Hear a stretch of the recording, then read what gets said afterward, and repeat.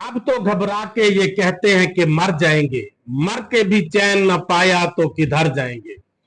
काजी फैज ईसा के supreme court से निकल जलील और रुसवा होकर निकलने के बाद पहले दिन ही काजी के गैर ऐनी फैसले को भी नए चीफ जस्टिस ने निकाल कर बहर फेंक दिया और हुकूमत को एक बड़ा झटका दे दिया, जिन्होंने अपना पूरा जोर लगाया कि जस्टिस मंसूर अली शाह को चीफ जस्टिस ना बनने दिया जाए, और उसी वजह से उन्होंने 26वीं ऐनी तरमीम लाई। उन्होंने जस्टिस मंसूर अली शाह को तो रोक दिया, लेकिन उनको पता नहीं था शायद कि जस्टिस मंसूर अली शाह के जाने के बाद, उनका रास्ता रोकने के बाद, आप बेशक जिसको भी नया चीफ जस्टिस लाएंगे वो काजी फैज ईसा जितना गिरा हुआ नहीं हो सकता, वो अपनी अदलिया की इतनी बेतौकीरी नहीं कर सकता जितनी काजी फैज ईसा ने किया। और जिस तरह से काजी फैज ईसा पूरे पाकिस्तान में जलील और रुसवा है, जिस तरह से उनकी हर शख्स के दिल में उनके लिए बददुआएं निकलती है मुंह से और जिल्लत और रुसवाई के अल्फाज निकलते हैं, तो यकीनन नए आने वाले चीफ जस्टिस को ये सारी बातें पता है कि अगर आप आइन कानून और इंसाफ का कत्लेआम करेंगे तो फिर कौम के दिलों में आपके खिलाफ नफरत बढ़ेगी और आप फिर पाकिस्तान में रहने के काबिल ही नहीं रहेंगे। आज नए चीफ जस्टिस याह्या अफरीदी साहब ने सुप्रीम कोर्ट ऑफ पाकिस्तान के 30वें चीफ जस्टिस के तौर पर हलफ उठा लिया। ईवान सदर में हलफ बर्दारी की तकरीब में वजीर आजम शहबाज शरीफ समेत चारों सूबों के वजीर आला और साबिक चीफ जस्टिस सुप्रीम कोर्ट, साबिक जजेस और मौजूदा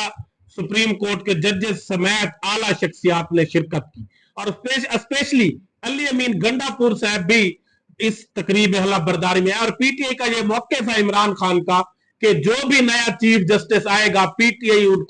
उनको तस्लीम करेगी, उनको एक्सेप्ट करेगी और उनके फैसलों को भी मानेगी। तकरीब हलफ बर्दारी के बाद चीफ जस्टिस सुप्रीम कोर्ट पहुंचे और उन्हें गार्ड ऑफ ऑनर पेश किया गया। रजिस्ट्रार सुप्रीम कोर्ट ने उन्हें फूलों का गुलदस्ता पेश किया और चीफ जस्टिस साहब ने अपना ऑफिस संभाल लिया। और ऑफिस संभालते ही पहले दिन जो बड़े काम किए चीफ जस्टिस ने, यकीनन वो इस हुकूमत के लिए झटका है और चीफ जस्टिस, साबिक चीफ जस्टिस काजी फैज ईसा के लिए भी झटका है, जो यहां पर बैठा खिलाफ कानून, खिलाफ आइन, सिर्फ हुकूमत के मंजूर नजर फैसले करता रहा। नए चीफ जस्टिस याह्या अफरीदी ने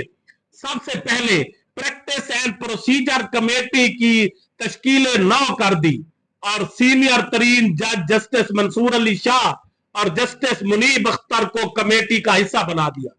3 रुकनी कमेटी में chief justice Yahya Afridi, justice Mansoor Ali Shah और जस्टिस मुनीब अख्तर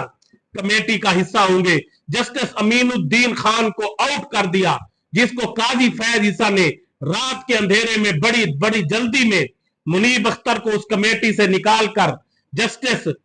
अमीनुद्दीन खान को शामिल किया था। तो याह्या अफरीदी ने पहले दिन ही अमीनुद्दीन को कमेटी से आउट करके हुकूमत की उम्मीदों पर पानी फेर दिया। और यकीनन हुकूमत की यह ख्वाहिश थी कि शायद जस्टिस याह्या अफरीदी इनकार कर देंगे चीफ जस्टिस बनने से और हम फिर जस्टिस अमीनुद्दीन खान को बनाएंगे, लेकिन जस्टिस याह्या अफरीदी का नाम जैसे ही आया वो पहले दिन ही उठकर जस्टिस मंसूर अली शाह के चैम्बर में गए, उनसे मिले। तो यकीनन हुकूमत को ये पता चल जाना चाहिए था कि उन्होंने जस्टिस मंसूर अली शाह को राजी किया कि आप और हम इकट्ठे चलेंगे और इंशाअल्लाह आइन कानून और इंसाफ पर चलेंगे। आप इस्तीफा ना दें, आप मेरे साथ खड़े होंगे तो मैं मजबूत होऊंगा। आप जैसे ईमानदार और मेरिट पर फैसले करने वाले जजेस की मुझे जरूरत है, मेरे साथ चले। तो जस्टिस मंसूर अली शाह ने यकीनन उनको साथ देने का वादा किया होगा, जिसके बाद जस्टिस याह्या अफरीदी ने इस्तीफा ना दिया और वो चीफ जस्टिस बन गए। और पहले दिन ही उन्होंने मुनीब अख्तर को दोबारा कमेटी में शामिल कर दिया, जिस पर जस्टिस मंसूर अली शाह और जस्टिस मुनीब अख्तर का फैज से इख्तलाफ था कि आपने रात के अंधेरे में बगैर हमें बताए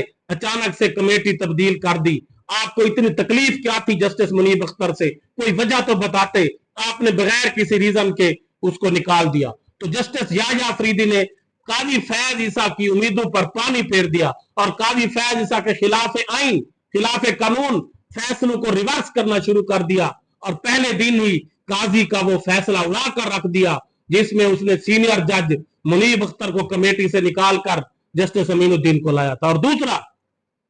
28 अक्टूबर को फुल कोर्ट इजलास भी तलब कर लिया और ये काजी साहब के सीनियर जजेस बार बार उन्हें कहते रहे कि आप जिस तरह से यकतरफा फैसले कर रहे हैं अकेले, इसके लिए आप फुल कोर्ट इजलास बुलाएं। ये जो नया प्रैक्टिस एंड प्रोसीजर एक्ट है, इसको भी आप हुकूमत की मंशा पर ना चले, जिन्होंने अपनी मर्जी से ये एक्ट लाया है, सीनियर तरीन जज को निकालकर आपने शामिल किया है, आप इस पर फुल कोर्ट इजलास बुलाएं। और मखसूस नशिस्तों के केस में जो हुकूमत ने एक्ट लाकर दोबारा अपने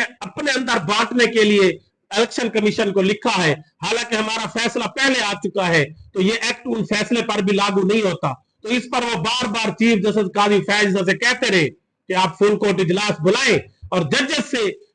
अक्सरियती फैसला डिसीजन ले कि क्या ये प्रैक्टिस एंड प्रोसीजर कमेटी जो नई बनाई गई है, क्या ये दुरुस्त है या नहीं है। और इसी तरह मखसूस नशिस्तों के केस में जिस तरह से फैसले को नहीं माना जा रहा और सुप्रीम कोर्ट की तौहीन की जा रही है, काजी ने तो आंखें बंद किए रखी, लेकिन याह्या अफरीदी ने पहले दिन ही अपने जजेस का साथ देने का फैसला किया और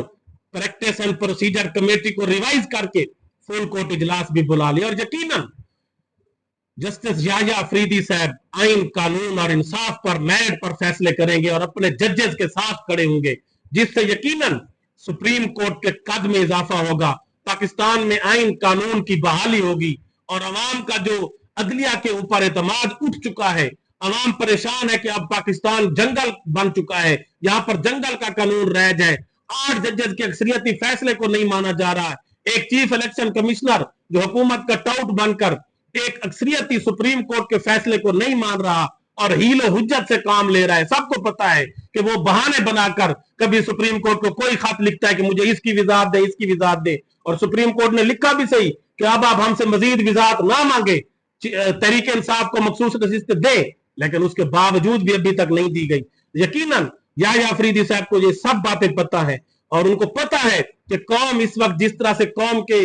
इंसानी हकूक की पामाली की गई है काजी फैज ईसा के दौर में, और काजी फैज ईसा आंखें बंद करके बैठा रहा, अब मजीद पामाली अगर हुई तो ये मुल्क फिर जंगल बन जाएगा, यहाँ फिर लोगों का कोई एतमाद नहीं रहेगा। जब उनकी सुप्रीम कोर्ट पर भी एतमाद उठ जाएगा तो फिर वो कहां जाएंगे। तो यकीनन ये जस्टिस याह्या अफरीदी के लिए एक बहुत बड़ा टास्क है और पहले दिन ही वो उसमें कामयाब हो गए और इंशाअल्लाह आइन कानून पर अगर जजेस फैसले करने पर आ जाए तो मुल्क जब अगर इंसाफ पर चलना शुरू हो जाए तो फिर मुल्क को कोई तरक्की से नहीं रोक सकता। अल्लाह हाफिज।